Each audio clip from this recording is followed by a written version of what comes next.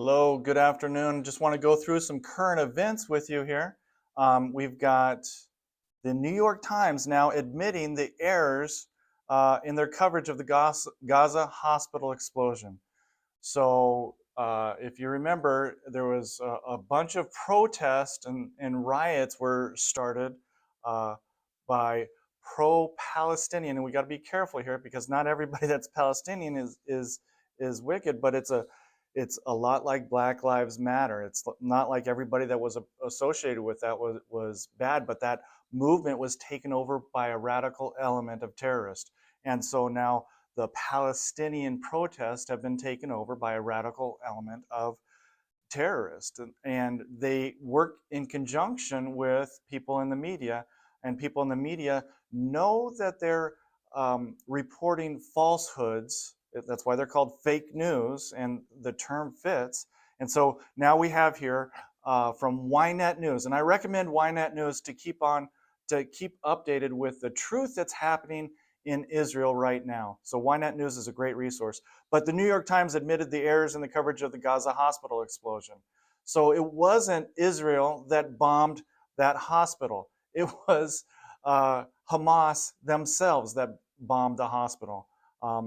And what ends up happening, as we know, but it's worth mentioning again, that once you have that report and then that becomes the narrative, and then they say, oops, we made a mistake, but it's very small print, page 4 after a front page article, and so nobody pays attention to that. That's why it's so important that we pay attention to actually what's going on. We need an informed citizenry to understand this 5G war that's happening against us right now and against this country, to get us to faction off into tribes and point the finger at one another when we can really understand it and what's happening and how we're being manipulated. So this is part of the manipulation by the fake news, and it's dangerous, incredibly dangerous.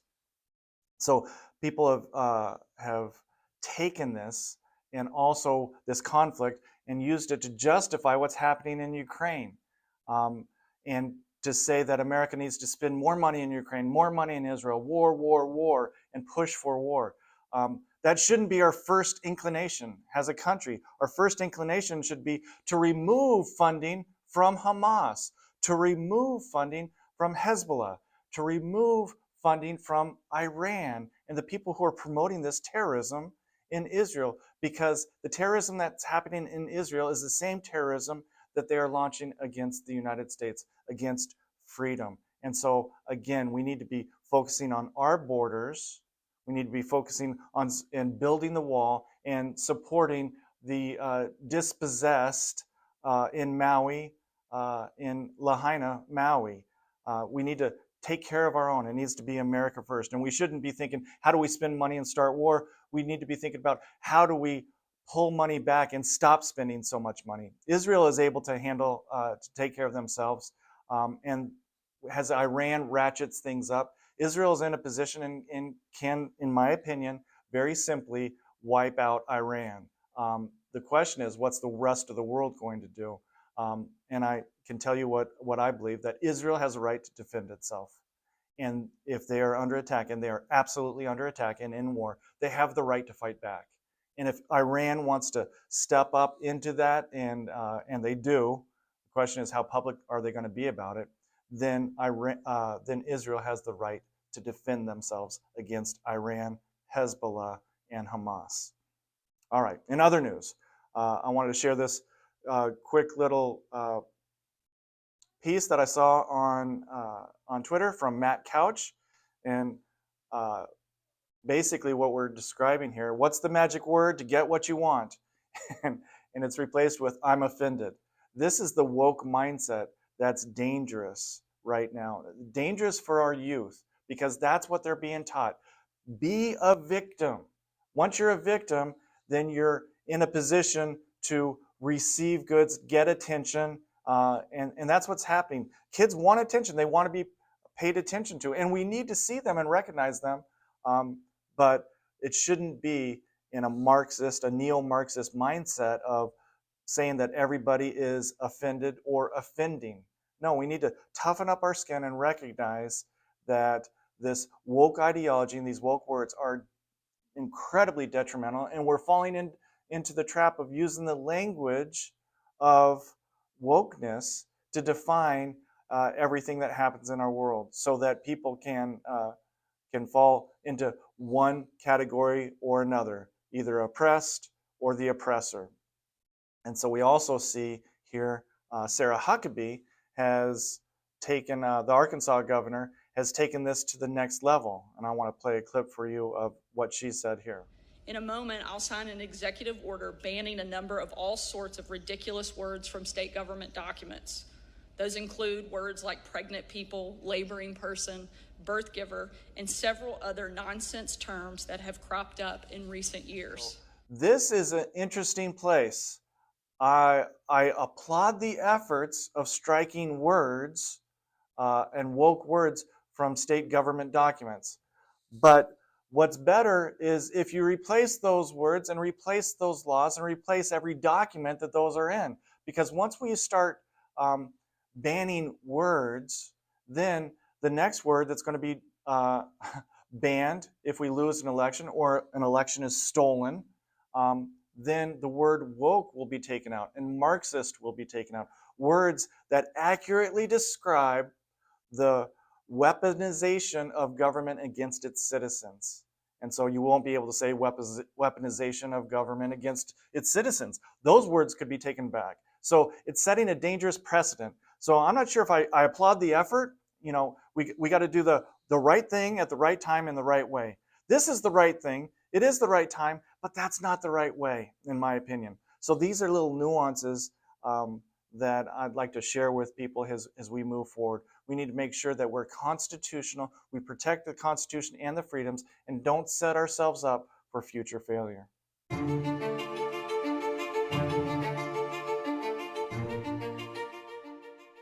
When I hired in at Inspiration Academy, I thought it was just going to be another job. I didn't really think much of it until I found out the testimony of the founders. Eddie and Claire Spear, they started this school. They actually came out of retirement.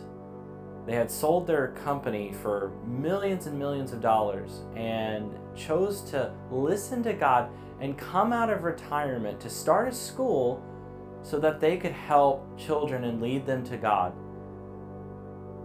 They poured their entire fortune into starting this school to the point where they had to take a loan out on their house, or they had to refinance their house to take that, the worth of that, and pour it into the school to hire more teachers.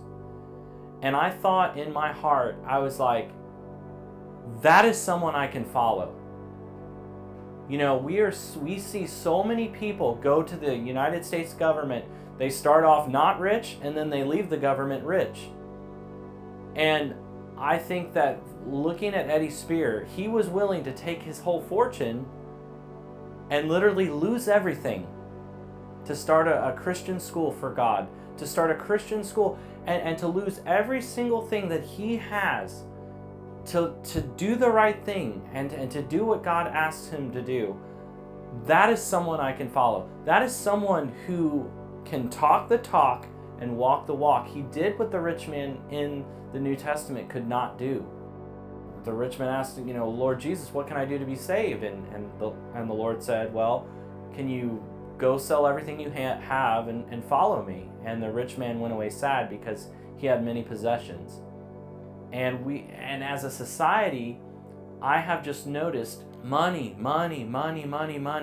And here you had someone who was, and he said, you know, publicly that at one point he was worth $100 million, his net worth, and he literally gave it all to give back to the community in Bradenton, Florida. That is someone who's genuine. And what I love about Eddie is the fact that he is accountable to God. In all his ways, he knows that he will stand and answer for the things that he does in this life. That is a huge deal, and that is someone I can vote for.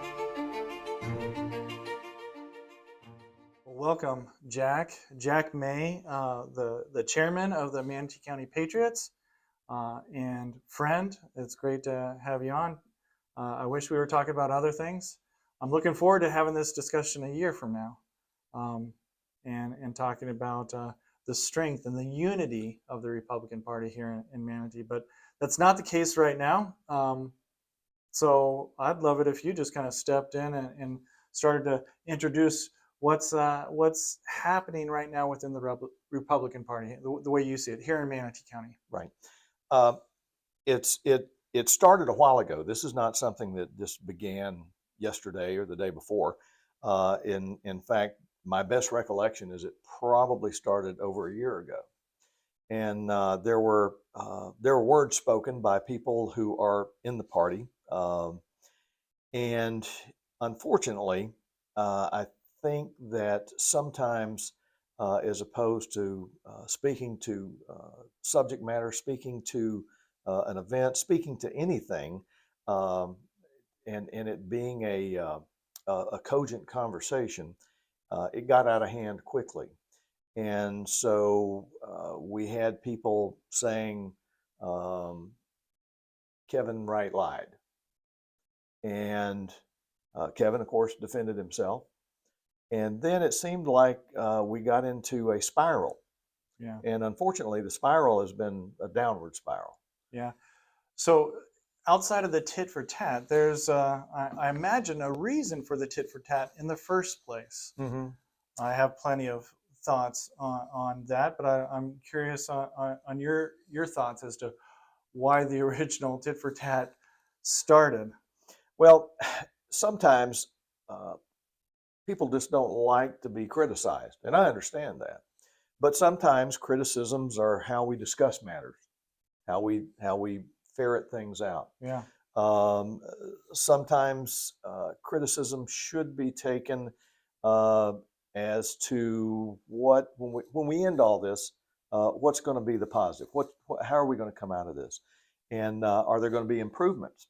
Yeah. You know, that's if you tell me I need to do better on something, I'm going to look at it and decide whether or not that's what I need to do.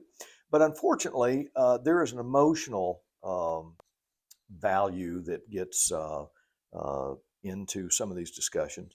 Yeah. And so all of a sudden, I say all of a sudden, like say, I think this started well over a year ago, um, certain people began to lash out as opposed to having a dialogue, as opposed to sitting down and discussing things. One of the things that I was not pleased with, I've known Kevin Wright for a long time, Yeah. probably pretty close to the time that he's been here in Florida. And Kevin and I are both retired military officers. And I believe that when he tells me something, I believe it. That's part of the honor code. We don't lie to each other. But I think that sometimes when criticisms arise, people take sides. And in this case, it wasn't a politician that took the side. It was a consultant, which I found a little strange because most of the times in my 16 plus years of looking at politics Yeah. in Manatee County, basically you generally never knew who the consultant was. He was kind of the man behind the curtain, making things happen, trying to get his candidate elected, all the things that you would want a consultant to do. But probably, and I don't remember the exact date, and I probably should have looked that up. But there was a time that Anthony Pedicini made a public speech at our Republican executive committee. Mm-hmm. And so I thought that was odd because, again, it's not often that we see an active consultant getting out in front. And since then, I think that part of the issue that I have is that I'm seeing a consultant go against a rank and file person out here. Yeah, we're politically involved. We have organizations that we lead and that we belong to. But again, we're not candidates. Yeah. And so I think that Kevin has kind of been treated like he was a candidate. And in my opinion, that's because he's been so outspoken against the county commissioners and Yes. some of their policies. Right. And in my opinion, rightfully so. Mm-hmm. It looks very shady, and as I dug in, it just got shadier and darker and darker.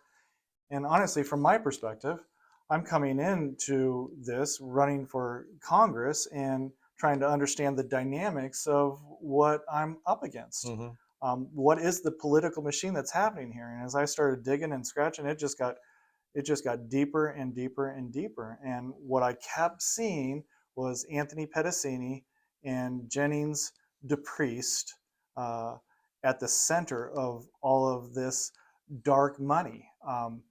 And so naturally, you'd think, especially coming from other areas, a lot of times there's been this element of environmentalism, and certainly I've been calling climate change just it's a political weapon, Absolutely. and very much a scam.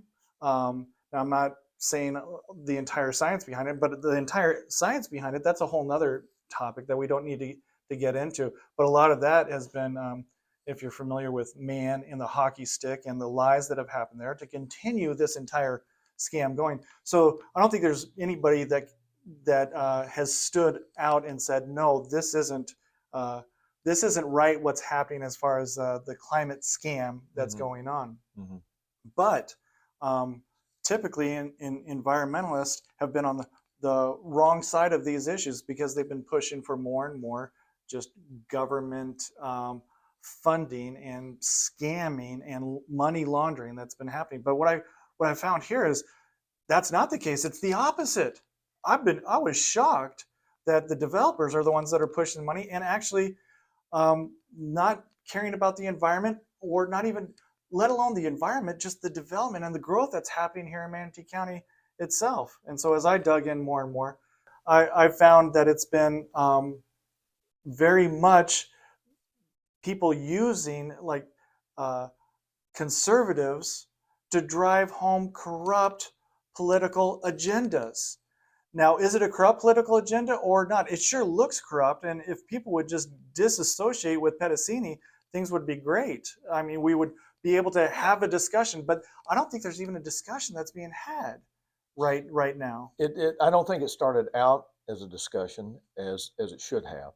One of the things that if there is dissent, whether it be in the ranks or outside the ranks, I think that you need to sit down together and talk through it. Now, there's a lot of people that I disagree with for a lot of reasons, but by the same token, those same people I agree with on a lot of areas. Yeah. So I think what has to happen. That's a political process. That's what we're supposed to do. That's Yeah. how we get things done. Yeah. That's why the American people like to have two sides of a discussion instead of just pretending like we can never speak and creating this division that can never be crossed. Mm-hmm.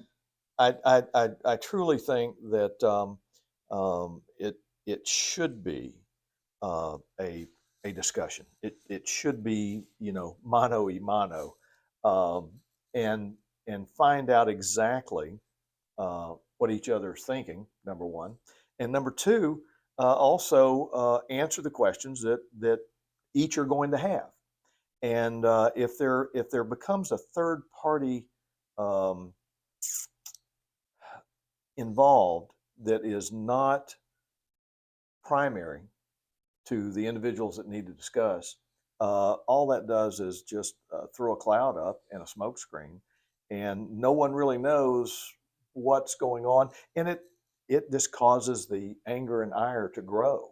Yeah. And one of the things that I hate is the emotions that so often times drive the discussions. My background is military. I've been in a lot of meetings where it's just the facts, man. Yeah. And then you have to explain what's your reason for the direction that you want to go. And it's not always that everybody agrees with that, but in there somewhere is a compromise. Now, should we ever compromise on the basics?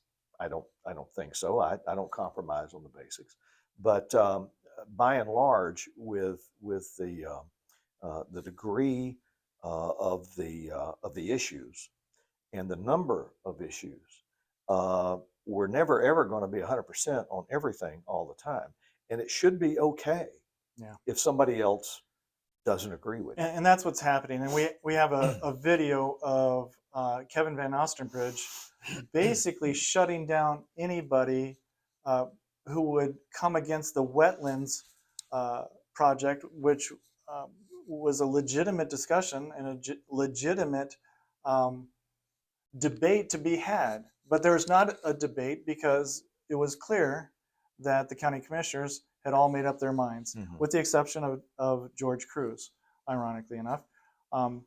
So in this video, we will see Kevin Van Ostenbridge telling and basically diminishing and reducing the opposition to shut down the entire discussion. We're unapologetic conservative Republicans. We love President Trump. We support a Biden impeachment. We named a park after the greatest governor in America, Ron DeSantis. And so it's become clear that we have radical climate activists who are pushing the new Green Deal and have brought a movement that is rooted in communism into Manatee County, who are part of a George Soros-funded organization. They're adhering to the George Soros playbook. These radicals are even using children as political pawns.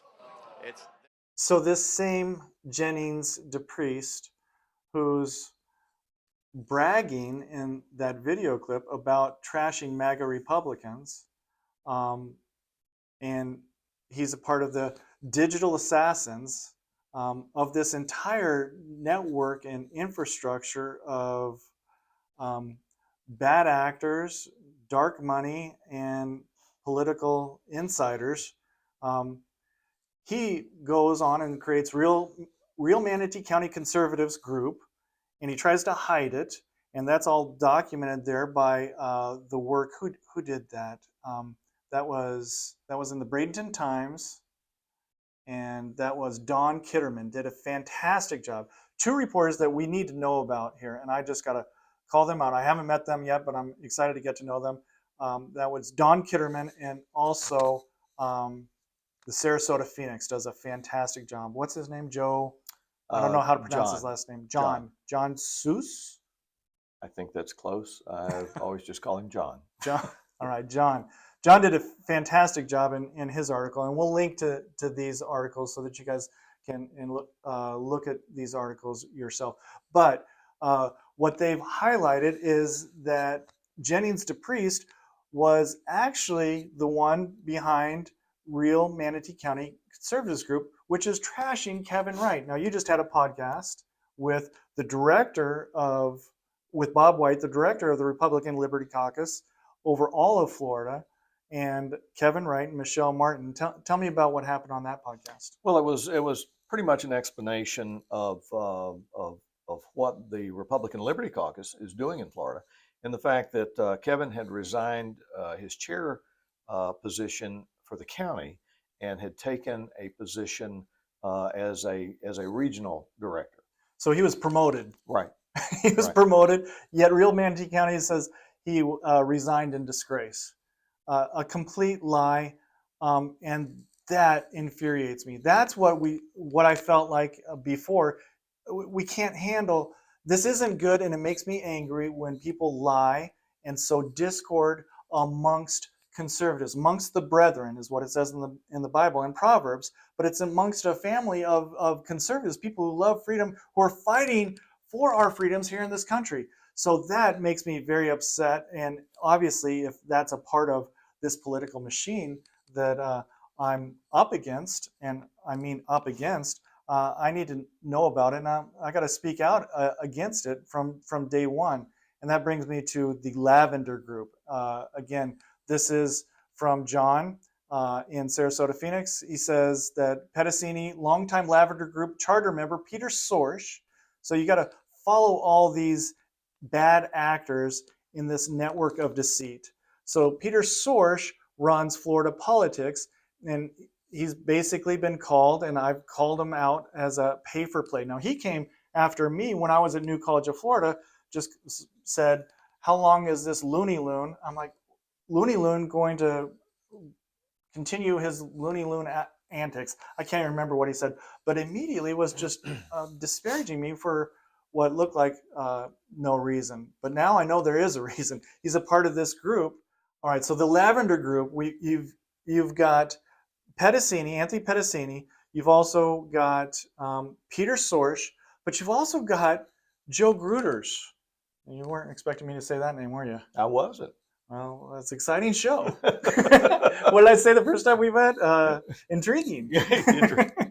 Intriguing. Jacob Ogles, Michael Milner, Richard DiNapoli, and Eric, quote unquote, the Prince of Dark Pack Money Robinson. So Eric Robinson and Michael Milner, I recognize some of these names because he's a part of the papers for SimWins, which is Anthony Pedicini's company. I believe that's an LLC. So Joe Gruters, this all of a sudden starts to make more sense because Joe Gruters tried to make trans a protected class in 2019. He was also the president of the Republican Party.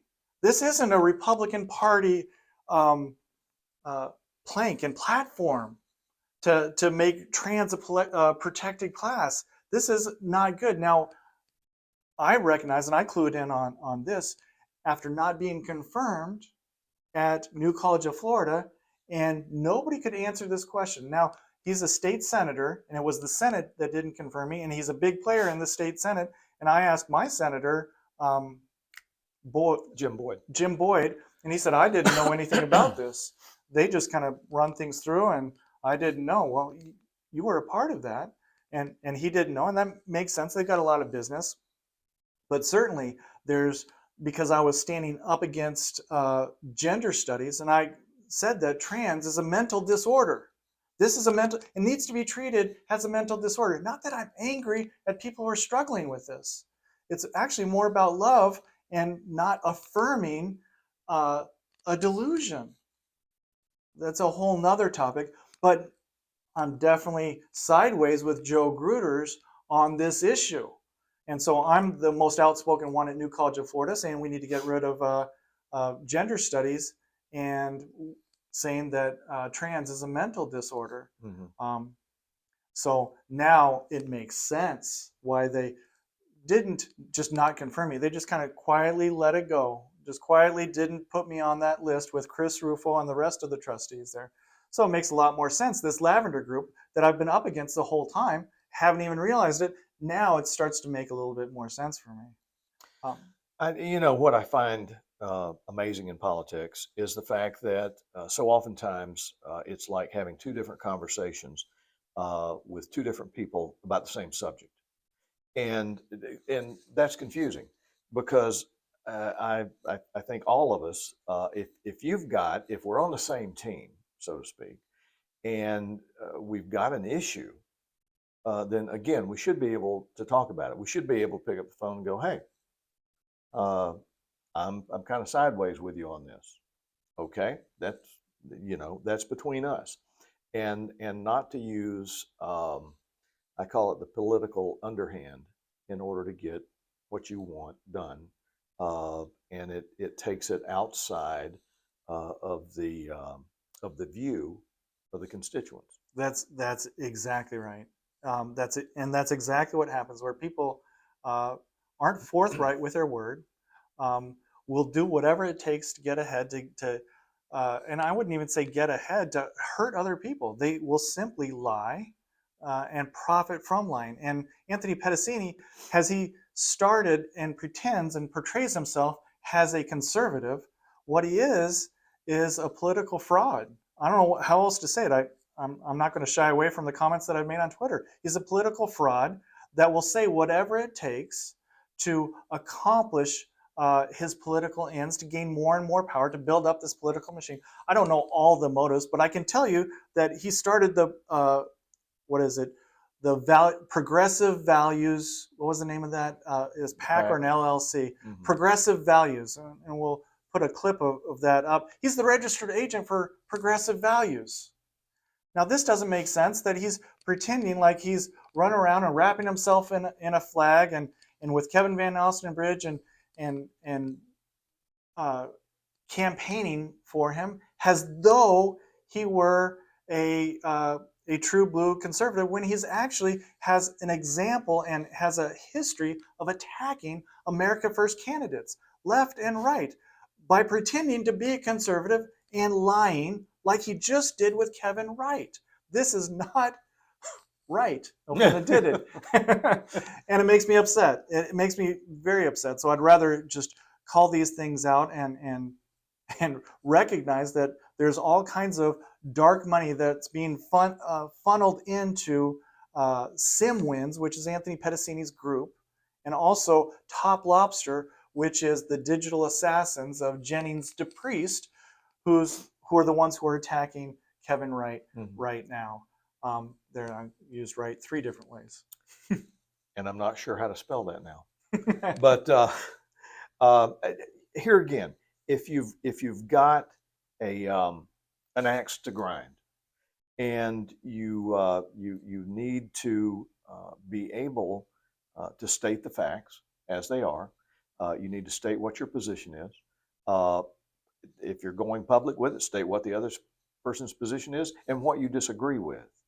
But to use the ad hominem attack methodology is just, it lowers the bar as far as I believe the electorate goes. They think, gosh, this is just, more politics. Well, if I can throw this out there, I'm okay with an ad hominem attack personally, because somebody's character actually matters. Because you want to know how they're going to operate when they're in office. So if there are character flaws, they need to be brought out. They need to be talked about. But what's happening here is lying and deception and dark money in a network of bad actors and deceit. And it's a complicated network. That's the problem that I have, because it's causing division with Kevin Wright. And Kevin Wright's just one example. There are many others, and we'll link to each one of these LLCs/PACs that have been created. And I stopped counting as I was doing research. I'm at 10, and I can't find a graphic to fit all. I'm having a hard time fitting all these people in, and all the victims of these quote unquote digital assassins. And so they're not lying when they say digital assassins, and it's a political machine. I'm okay with those as long as it's honest and they're not pretending to be something that they're not, and they're not lying and causing division amongst people that should be agreeing on the conservative constitutional values of freedom. Right. Well, I think just as a further explanation, I believe that an ad hominem attack can be either truthful or untruthful. Fair, you're right. Okay, you're right. So, and then again, what is a person's position, and what is his influence? I believe that the influence, and by influence, I'm talking about the number of people that will be affected. I don't know what Kevin Wright's readership is. Have no earthly idea, but I guarantee you it's not as large as the readership that was caused by this Manatee County conservatives. Real Manatee County conservatives. So once again, what happens, and I don't think they understand that it's kind of like I've got a little boat out here floating in the bay, and nobody sees it or knows about it. And I go out and I bomb the boat. And then all of a sudden, everybody from shore sees it. The pieces start floating ashore, and it all of a sudden causes a larger readership for the negative side than they had before that they needed to have. So when that's the case, if you're going, it's a bully. So that's the lies. I can't go for that. Can't. They're political bullies, and they've received hundreds of thousands of dollars from the developers, um, and from Vern Buchanan. Simwins has received looked like $460,000. So it's not like this doesn't affect me. This political machine is tied into dollars that bully people and prevent accountability. That's really what it is. It's preventing accountability so that they make the decisions and they push those decisions through their appointed, through the handlers to the politicians. And I experienced this at New College of Florida, this idea of being handled and doing things a certain way that I completely rejected from day one. I can't personally stand by the oath that I've made to the Constitution and not allow for debate and discussion with all these issues. If we're going to lead here, especially like at New College of Florida, if we're going to lead the nation and the nation's watching, we should be open and we should have a discussion and we should welcome all of these counter arguments because the truth can handle the scrutiny. So the truth shouldn't move. It should just stand firm and have all the debates and have all the discussion. But what I find is that if there's deceit and there's lies, then it's shifting and moving and hiding. And that's what you see in all these PACs and LLCs that this Lavender group is putting together, is a lot of shifting, hiding, and moving to hide where all this money is coming from, where all this dark money is coming from. Well, a lot of folks have not read the Lincoln Douglas debates. They were not pleasant with one another whatsoever. However, the issues of the day were laid on the table, and we know how each candidate was going to deal with those issues. Yeah. As far as pleasantries, you probably can guess they didn't invite each other over to the house for chicken. But the fact is that the discussion was had in the open where everybody could see and make their own decision. And sometimes we're afraid that people will make a decision that we don't like. Yeah. And that's not what this representative republic is about. No, and my concern right now is when people, and I'm just so thankful for you for calling this out for what it is, but when other people recognize that lying is happening, then what are you going to do about it? George Cruz, I've had my differences with him in my short time in public life, very much and very visibly, but he has distanced himself from Anthony Pedicini. It sounds like he said, I'm going to go this alone. Kudos to him for doing that. I think that's going to earn a lot of credit with the voters. Now, the rest of the county commissioners, you know very well. Do you think they're going to do the same thing? I doubt it. Here's the thing. Like I say, I have definitely not agreed with George on everything that he's done. And he is going to go it alone. The biggest issue that I look at, again, and I try and see as much behind the scenes as possible.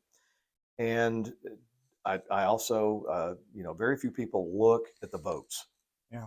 They go back and say, how did this guy vote about whatever? I mean, look, I've been looking for somebody to run against Vern Buchanan for a long time because I keep up with the votes. And the votes are what count. I don't agree with every vote that every commissioner's voted on. Yeah. But believe it or not, the lion's share of what they've done is good governance. So consequently, I don't think you need to lie about anything. I don't. That's why I say That's right. if you've got good governance, if what you're doing is conservative, if what you're doing follows the planks of the party, if what you're doing is best. Now, not good governance means it's good governance, and not everybody's going to like what you do. Some things are tough, Yeah. tough decisions. Some decisions I'm thinking I would not want to make, but But they've got to be made. But when you see somebody like Anthony Pedicini, and they know, I hope they know sooner rather than later, and I hope this, as well as the podcast that you did, shows the deceit that's being perpetrated by Anthony Pedicini and Jennings DePriest, that they would distance themselves from those bad actors. Now, you don't think they will. I'll just tell you, I don't think they will. Well, I don't know. I don't know. If they don't, why not? Why wouldn't they? Well, it's and I've asked myself that question more than once. I'm leading the witness here because I got an answer. I don't. It's like if I'm going to run and I've been successful gaining deceit, Yeah. and I've hey, it's worked. The reason that I would change would have to be because it's not going to work. And I'm not saying that what he does not get people elected. However, the big mistake that I see, and I think this was probably the wrong path. You and I probably wouldn't be having this discussion if these few issues that we're talking about had never happened. I think that again. The dark money issues, I don't know that anybody knows exactly how all that works because it's dark.